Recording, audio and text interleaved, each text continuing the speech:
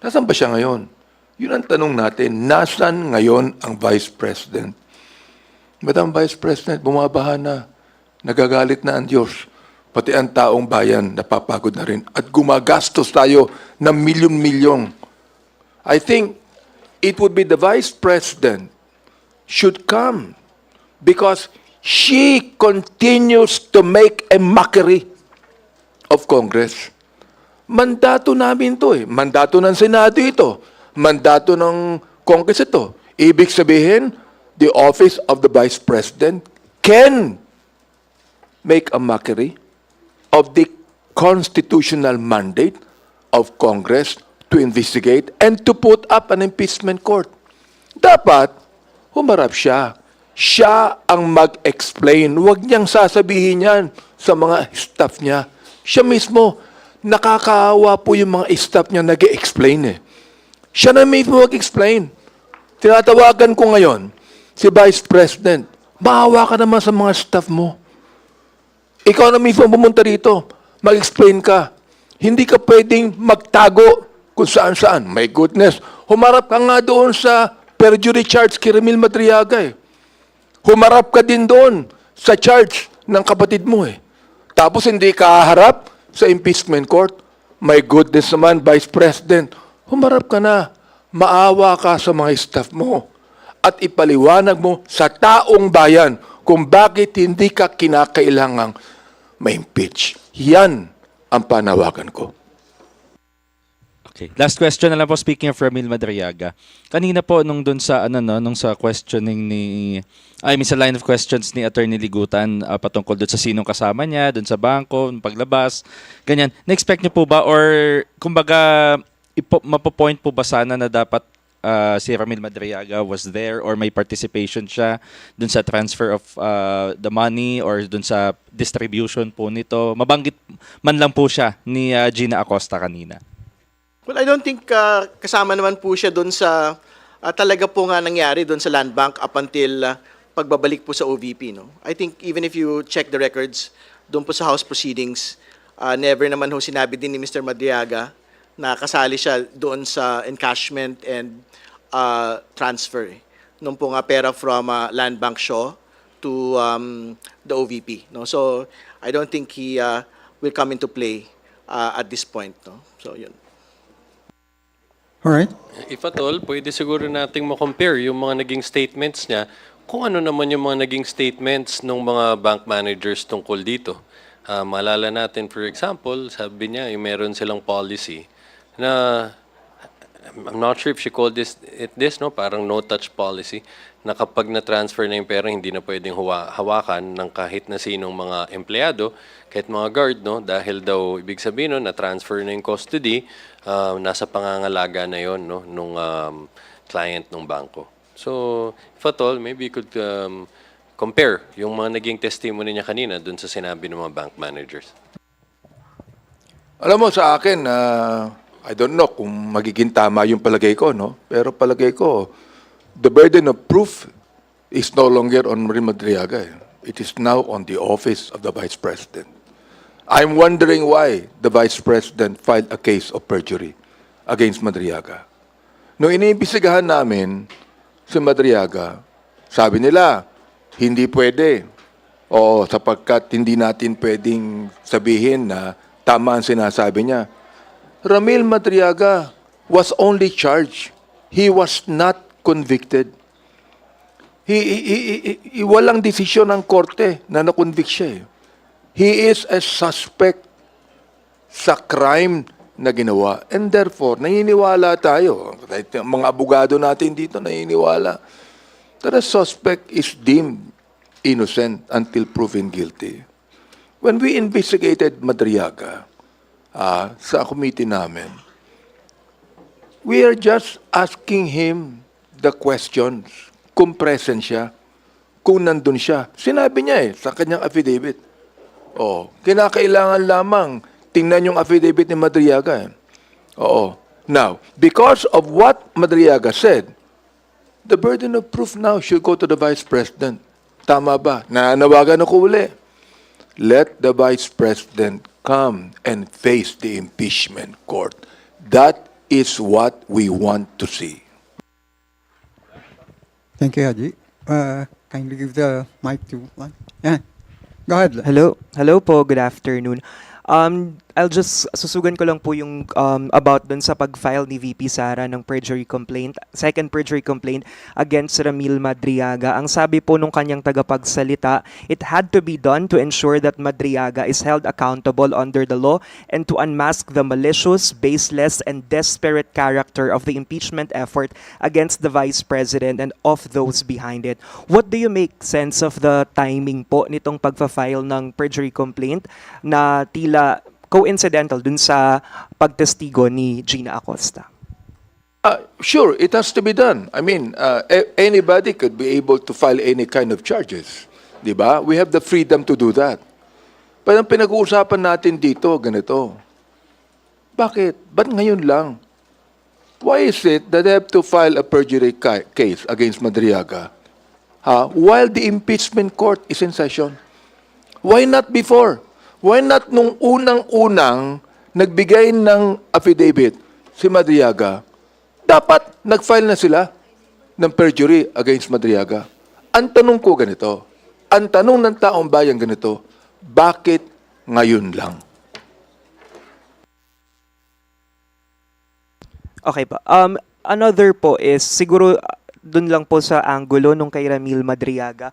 Are we expecting the direct examination of Gina Acosta to further touch on Ramil Madriaga? Kasi binabalikan ko po yung supplemental affidavit niya na sinabi niya noong House Justice Committee.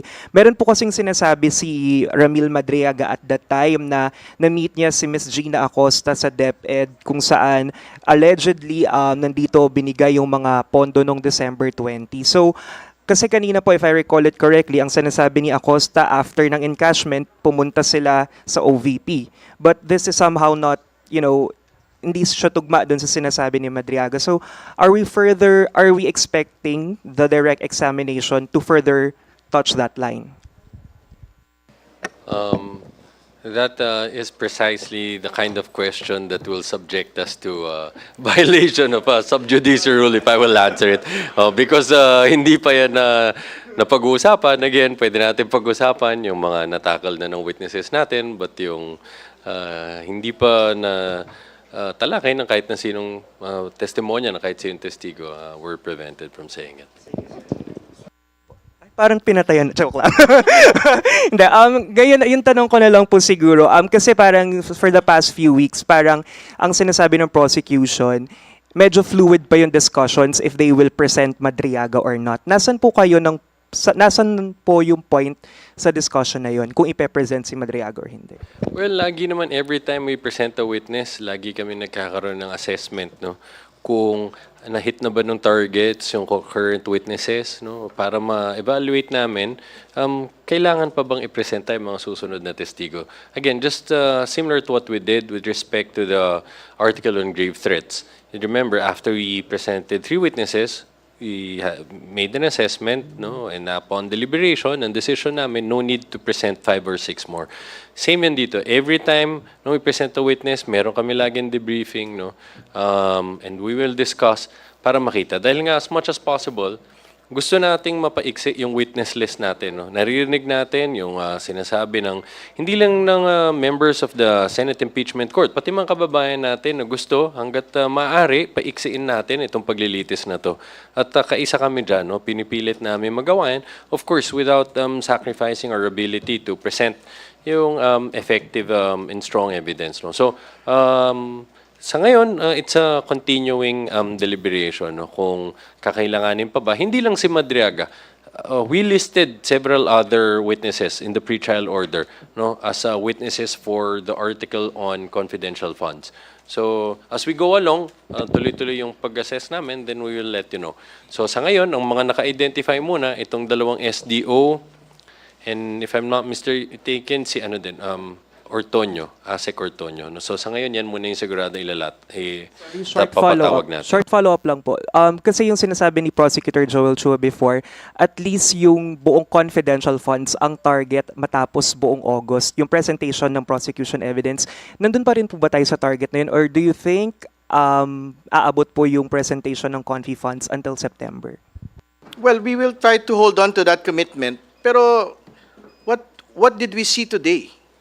Kanina ho, there is a palpable gasp nung pong itinuro na po ni Ms. Gina Acosta ang pangalawang pangulo na nagbigay ng instruction sa kanya para ibigay po yung 125 million kay Mr. La Chica.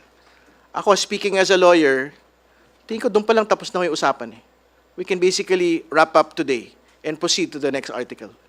Kasi doon pa lang ho, that is a clear instruction that at the highest level, sa pinakamataas po na opisina nito pong OVP, ang nagbigay po ng instruction, hindi si Ms. Acosta, hindi po Chief of Staff, kundi ang pangalawang Pangulo po mismo. Doon pa lang po, tapos na po yung usapan. Sa totoo lang. So, we will decide in the next couple of days kung yung iba pa hong mga nalalabi ng mga witnesses ay kailangan pa po ba. Pero today is a very important testimony day. Tinuro ang pangalang Pangulo ngayon pong araw na ito. Ayaw ho naming pinsalain yung pong mga ordinaryong kawani. Ang dapat pong pinapanagot, yung pinakaulo, yung pinakadulo nung pong kontrobersiya pong ito. Walang iba kundi ang pangalawang Pangulo. Coming from a non-lawyer, no? Kasi napapagitnaan ako ng dalawang abogado eh. No? But coming from a non-lawyer, no? I don't think there's any need for Ramil Madriaga to come to have the cross-examination. Bakit? Nag-appear na siya ron sa impeachment hearing namin eh. Alright? Nabigay na siya ng kanyang sagot. Oo, malinaw ang sagot niya. Nagsubmit na siya ng kanyang affidavit. That should only be submitted to the impeachment court. And let the impeachment court be the one to appreciate those evidence that have been presented. Palagay ko, ako sinabi ko, sabihin ko ulit, I believe the impeachment, the prosecution team has done enough. Has done enough. And I believe that with all of the revelations given to the impeachment court, there's no doubt in my mind that the Vice President should be impeached. Why? Because the prosecution team has done enough eh. Wala namang gagawin ng depensa kundi anong gagawin nila, kundi gawin ang lahat na magagawa nila to exonerate the Vice President. But despite that, the prosecution team already has given enough pieces of evidence to what? To warrant the impeachment of the Vice President. Just to add quickly to that, no, yung dun sa commitment namin na tapusin to na September. But on our part, di ba, you could see, we're trying to do that. Pero madaming bagay din that are beyond our control. No? Nakita na natin ano yung mga nangyaring delays na dun sa pag-present kanila Attorney Wamil and kay Ms. Silene Del Campo na maliwanag, hindi nanggaling sa amin yun, no? Dahil dun sa refusal ng kabilang kampo to do it out of court, no? Yung at least comparison of documents. Nakita natin, umamin sila doon, no? Na despite the clear directive of the presiding officer to meet before the hearing last Monday, ang binibigay nila na date to do it Friday, which unavoidably led to some delays. Kanina, maalala din natin, bakit nagtagal yung pagpresenta kay Ms. Acosta, no? Nung una, curiously, hindi siya makapagsalita ng Tagalog or English. Kaya nga, we're very thankful dun sa naging observation at statement kanina ni Senator Tulfo, no? Nasabi nga niya, bakit sa Congress, ang galing naman mag-English at sumagot nito, nakakasagot naman siya ng mabuti. And these are not my words, ha? Words to ni Senator Tulfo. Tigilan na natin tong panglolokong ginagawa nito sa atin. Oh? Again, bago ko masubject ng sub judice rule, no? Hindi ako yan, inulit ko lang ang sinabi ng kagalang-galang na senador. No? At makita naman talaga natin, nung plinay na itong video na to, abay napakatatas magtagalog pala. No? At after ma-call out, dire-diretso na magtagalog at mag-English. Ano? So, again, I point this out to say, bakit medyo nagtagal yung presentation niya? Yan nakita naman every time, no? Kailangan pa mag-translate. Unnecessary naman pala. So, we say this to emphasize the point na we hope no the public would also give us some leeway no and extend some patience our way na bigyan din kami pagkakataon na ipresenta ng mabuti no yung aming ebidensya. But kita naman kung nagkakaroon ng delay, hindi ho sa amin nanggagaling yan.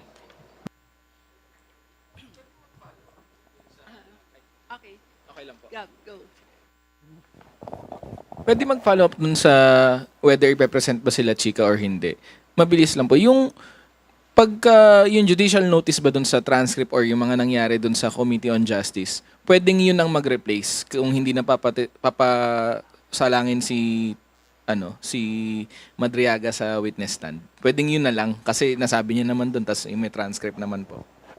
Ang tulad ng pinaliwanag ng presiding officer, ang epekto lang no nung fact na the court take judicial notice of this official transcripts of record is that wala nang question na authentic talaga tong mga to. Ito talaga ang naging transcript of records, no? Ito talaga ang sinabi ng mga testigo. Pero sinabi nga ng presiding officer, hindi ito tatanggapin as truth of those statements. So, kung gusto nyong patunayan yung truth ng statements na yun, you need to call the witnesses. So to be accurate about it, no, kung ano yung naging statement ng presiding officer doon. No? But tulad kanina,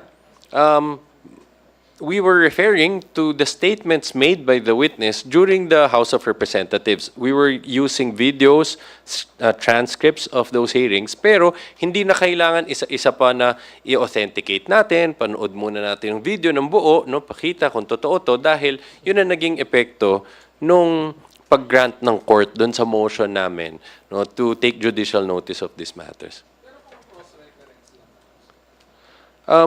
Well, pwede ang gamitin, for example, to impeach a testimony of a witness. No? For example, may umupong testigo, tapos may biglang sasabihin ngayon, nakakaiba sa sinabi niya doon sa mga pagdinig sa Congress, pwedeng gamitin yon to impeach the credibility of that witness because it's a prior inconsistent statement. Good afternoon. Mil Kirigonan, DCRH. Balikan ko lang yung sinabi kanina ni Kong Terry na parang tapos na dahil naituro yung nasabi yung pangalan ni Vice President Sara Duterte. So, could we take it to mean na tapos na tayo dito sa issue ng confidential funds at pwede na tayong mag-proceed dun sa remaining 2 articles of impeachment, which is bribery and ano yung isa? Unexplained wealth. Well, syempre, gusto namin buuin pa yung kabuuan po ng mga testigo pa kung isasalang. Kasi, for example, si Mr. Fajarda is a entirely separate SDO, no? For a different office. At yung iba pa hong mga NBI report at yung pong PSA reports, no? Relating to yung pong mga fictitious names, no? At yung pong pagpepeke ng mga signatures, no? So, I think those are very important and relevant documents and witnesses din ho, no? Pero major yung pong pagtuturo ngayon pong araw na ito because, again, this is a hostile witness, clearly, up until today, an employee of the OVP, saying to the court and to the nation na ang pangalang Pangulo ang nagbigay ng utos na magbigay, nakita niyo naman kanina kung gaano kalaki, ng 125 million in confidential funds to Mr. La Chica. Attorney Tolosa. Nothing to add. Yeah.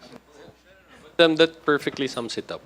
No, napakalakas nun dahil nga sinabi nga mismo ni Miss Aileen Del Campo, dahil sa pag-amin na yon, naging sapat yon para i-consider na nila na clear irregularity. It's a direct violation of the joint circular and it resulted to the issuance of a notice of disallowance. No, dahil sabi nga na maliwanag na walang exemption to, linalabag nito joint circular, inuutos ng Vice Presidente.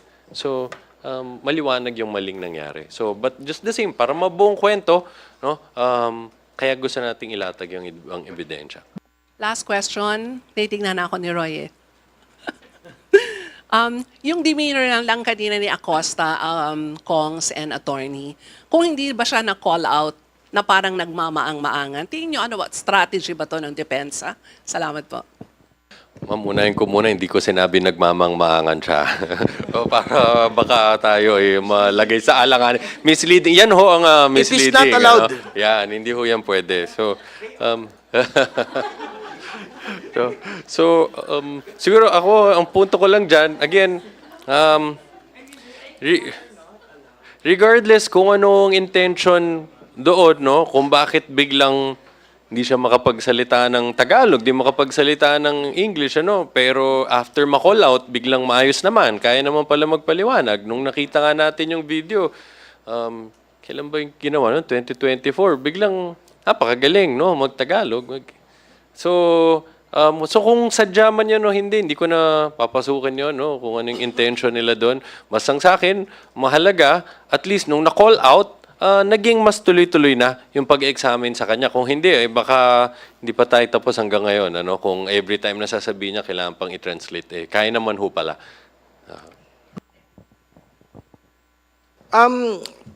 Wala naman akong problema kung paano ho yung naging pag-evolve nung pong testimony po ni Ms. Acosta. Whether naman po nagta-translate, ably naman pong kayang gawin ni Attorney Ligutan yon, and meron naman hong supposed court translator na nakuha na po si Presiding Officer Escudero.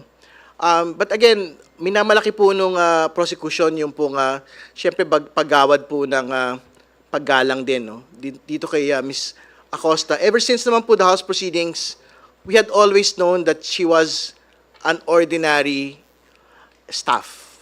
Pangkaraniwang kawani ng Office of the Vice President. No? Ibig sabihin, it might be true na meron nung silang previous engagement in Davao and continued up until today, but I think the view still stands na hindi po ito mataas na opisyal, hindi po ito nagpapasya, no, dito po sa paggamit po ng confidential funds. And again, like what we had stated, talaga pong nung lumapag sa kanya pong lamesa yung pong 125 million, kaya lang po niya binigay kay Mr. La Chica po yung ganung kalaki pong pera ay dahil sinabi ng pangalawang Pangulo na ibigay mo yan sa kanya. Hindi ba? So, tingin ko, that would show basically na wala talaga siyang real discretion over these funds. Hindi ba? Kaya, at yun yung gusto ko namin talagang tutukan, na ang talagang merong pananagutan dito, yung nag-utos ng transfer from Ms. Acosta to Mr. La Chica, wala pong iba, kundi po yung pangalawang Pangulo. Alright. Thank you, Ma'am Milky. Kahit hindi pwede yung misleading. Pero merong motion for reconsideration, so we'll allow Joseph around 2 questions. Sir, anybody can answer.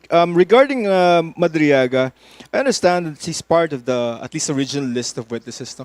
Can we just go back to the day when you decided to include him in the list of witnesses first? What did you hope to get from him in terms of value? Well, as pointed out, he was one of the persons who spoke about this matter, during the hearings before the Congress. Specific testimony? I mean, I know the answer, but soundbite. Well, just about how the funds were supposedly used, right? The confidential funds were supposedly used. And will you still be calling on him? And I ask this question in the context of the perjury complaint of the Vice President. That will not be a determining factor, in our decision as to whether or not we will call him.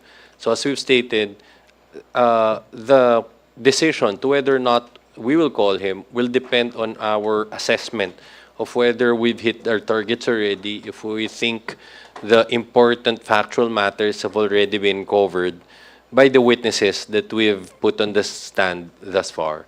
You don't see this as a way of the Vice President to stop his testimony?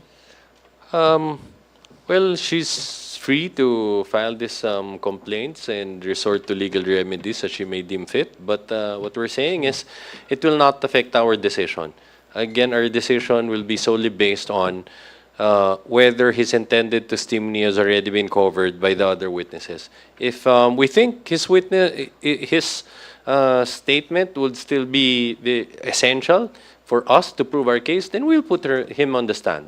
But if not, we would not waste any more time on him.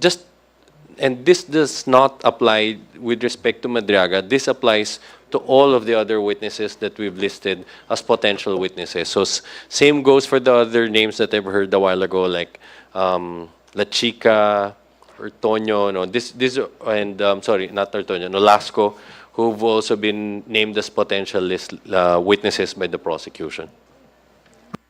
Thank you. My apologies to Rosalie. You go ahead and then Dwight.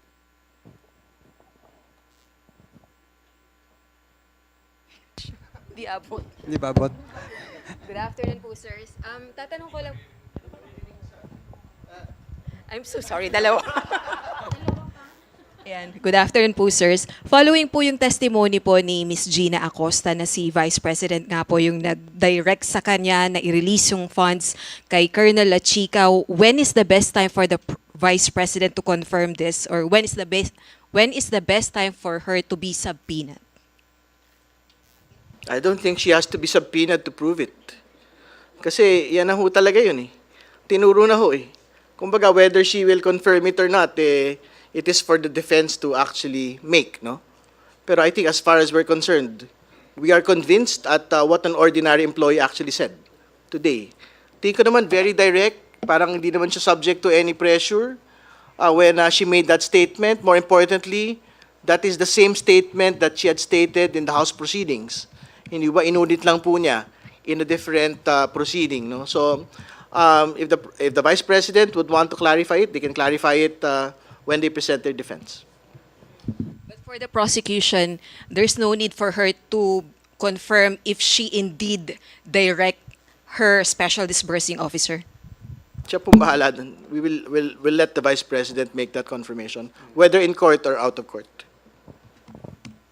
And then, yun pong binanggit ni Miss Gina Acosta na wala siyang alam sa confidential operations at inutusan siya ni VP Duterte na i-release sa security officer yung funds. Is that action justified?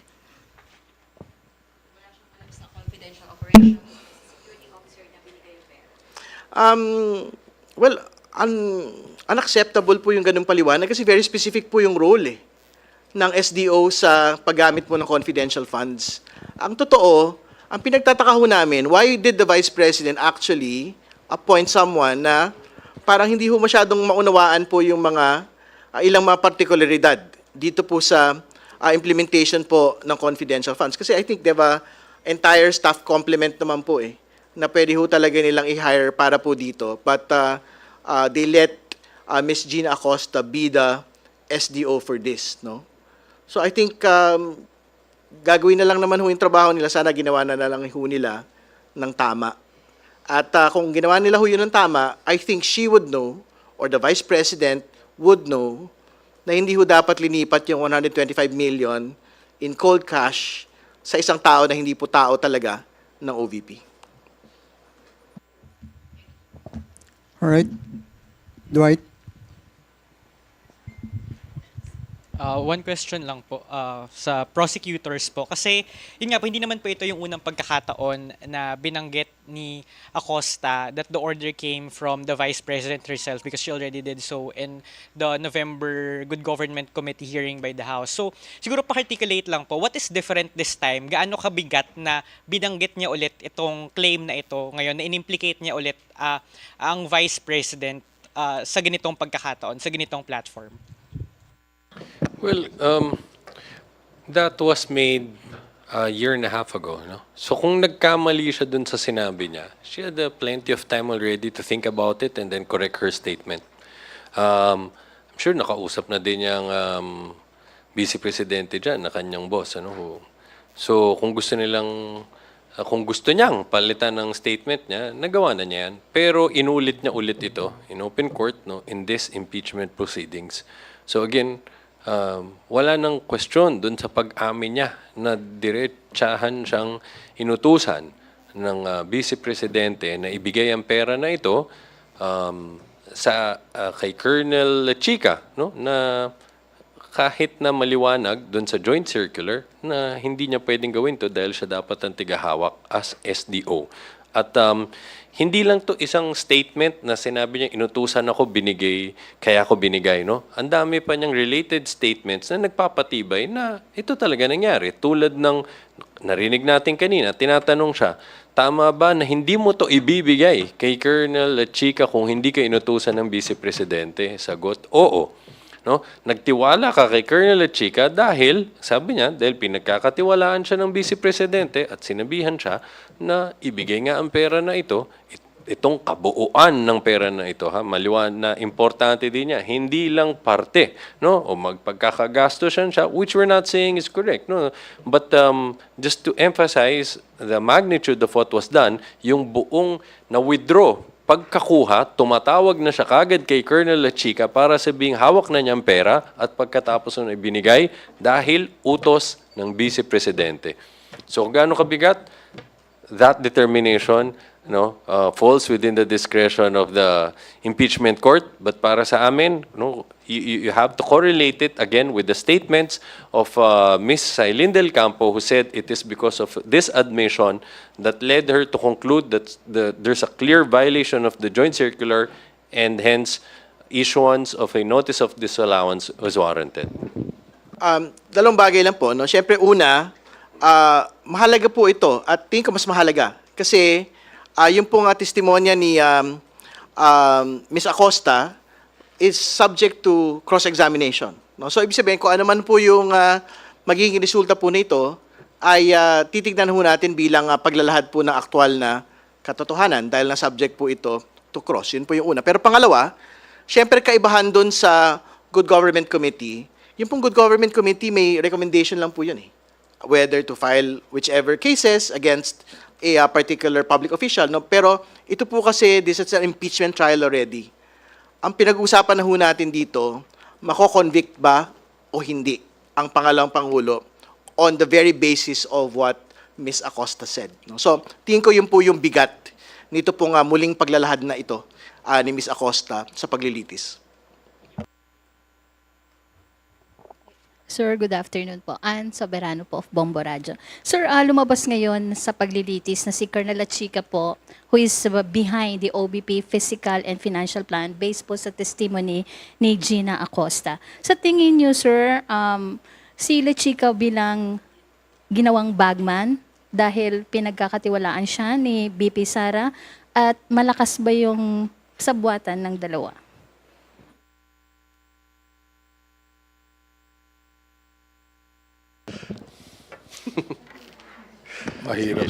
Mahirap sagutin yan, tanong na yan.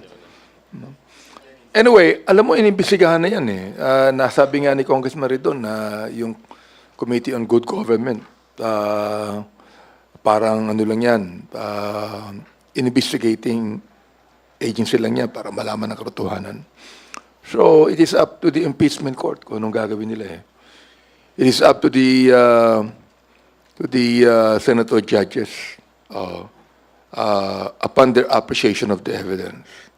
Pero itong gusto sabihin ko na, bilang siguro non-lawyer na nag-observe sa proceeding at endorser ng fourth impeachment complaint, dapat tapusin na ito. By November, dapat tapos na ito. Why? My goodness, we are spending a lot of money on this. And this is a people's money. Milyon ang ginagastos dito. Dapat malaman niya ng depensa. Oo. Una silang magbigay pa kung ano-ano. Kung ano man ang gusto nila. Oo. But we are spending a lot of the people's money here. It might be not only a waste of time, very tiring na, very taxing na nangyayari dito. Even the very people, sinasabi na nila sa labas nakakapagod na rin panoorin to. See? Dapat, magkaroon na po tayo ng closure dito. Bakit? Because we have already, the prosecution team has already done their part in collating the piece of evidence to actually convince to convict the Vice President. So ito why, sa akin, dapat talaga hindi na tumagal itong mga bagay na ito. Ihinto na natin to. Marami pang dapat pag-usapan ng Congress. Yung flood control projects, yung budget, yung pang mga batas na dapat namin gawin. You see that?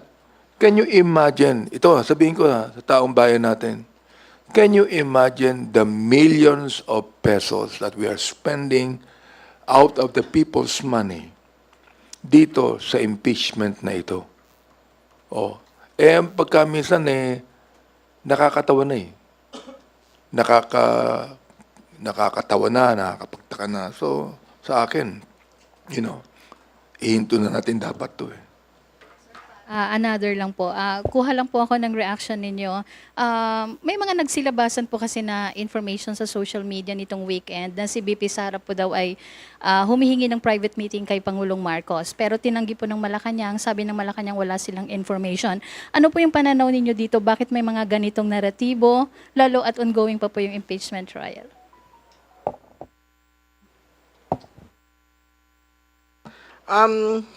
Tingin ko nagsalita naman na po yung palasyo tungkol dito na wala pong katotohanan. Tingin ko we can move on from that, no? Kasi syempre, ang focus naman po ng prosecution talaga ay ilitisin ang pangalang Pangulo hanggang pinakadulo.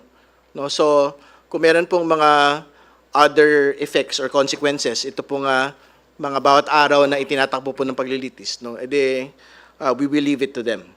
No? Pero kami we are focused solely on presenting the evidence until the very end.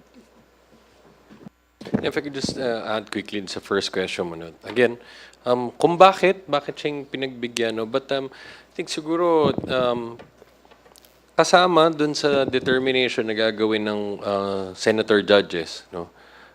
Sa pag-appreciate nila dun sa narinig nilang testimonya, ay tinatanong mo nga, ano ba ang tiwala niya sa tao na to? No? Bakit sa kanya binigay ito? Magandang tignan din dyan is, again, yung sinabi niya, pagka-withdraw ng pera ay pinabigay sa kanya 125 million. Hindi bawat merong paggastos, no? And we're not saying that it's right, no? Pero hindi man lang bawat may paggastos, ibigay kay Colonel Chica, hindi. No? Linipat na sa kanya buo kaagad itong 125 million the moment that it was encashed. So, I'm sure kasama din yan, no, na kukonsider na impeachment court, no, pag kung titignan yung angulo na yan, no, bakit binigay itong pera sa kanya, sino ba itong tao na to? And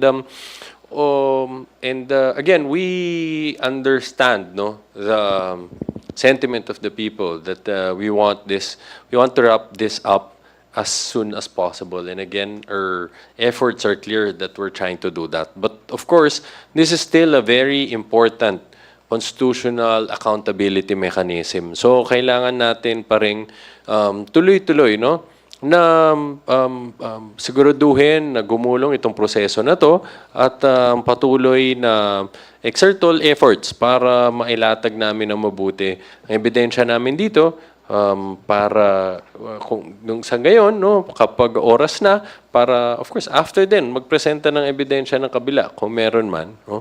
Pagkatapos niyan makapaghatol ng mabuti ang mga senator judges na nakabatay doon sa ebidensya na ilalapag ng magkabilang panig at ng nanaayon sa batas, ano. Good afternoon po. Sir, after 16 days of no show, the world is watching, the nation is waiting for the moment of truth coming from BP Duterte under oath, if not on social media alone. Are you still hopeful she will attend the trial? Well, I think kada linggo naman po meron ho tayong bibilang, no? Kung ilang linggo na at ilang araw na po ng paglilitis ang hindi po sinisipot ng atin pong pangalang Pangulo. I think nabanggit na po ni Congressman Abante kanina yung pong mga dahilan bakit po kailangan magpakita. Tingin ko sa araw na ito at sa linggo pong ito, maraming dahilan para magpakita, harapin yung pong paglilitis, lalo't higit yung pong usapin po ng maling paggamit ng confidential funds, hakbang-hakbang, dokumento per dokumento na hong nailalantad sa bayan. Mahalagang narito po siya para harapin po ito. Totoo, yung binabanggit din, sa dulot-dulo siya yung magpapasya kung magpapakita dito o hindi. Pero nagpakita rin nga ho siya sa Davao eh. Nitong nakaraan para puntahan po yung kaso ng kapatid niya. Tingin ko, ito po yung mas mahalagang kaso na dapat hong harapin dahil siya na po yung nakataya rito. Yung pong maling paggamit na po ng pondo ng bayan ang pinag-uusapan po rito. Alright. Ito siguro pwede ko rin sabihin to, no, bilang bishop, no. Mukhang pati ang Diyos nagagalit na rito. Inaalaw niya na yung baha. Baha na sa buong Luzon. Anong ginagawa ng ating Vice President? nagpupunta sa iba't ibang bansa. Just imagine meron tayong impeachment court dito. Dapat humarap siya. Saan siya? Nasaan siya ngayon? Gusto kong tanungin, nasaan ba siya ngayon? Meron akong nakita na video. Sumasayaw pa siya. Nasaan ba siya ngayon? Yun ang tanong natin, nasaan ngayon ang Vice President? Madam Vice President, bumabaha na. Nagagalit na ang Diyos. Pati ang taong bayan, napapagod na rin. At gumagastos tayo ng milyon-milyong buwis dito na binibigay ng mga Pilipino. Humarap ka na. Humarap ka na para matapos nito.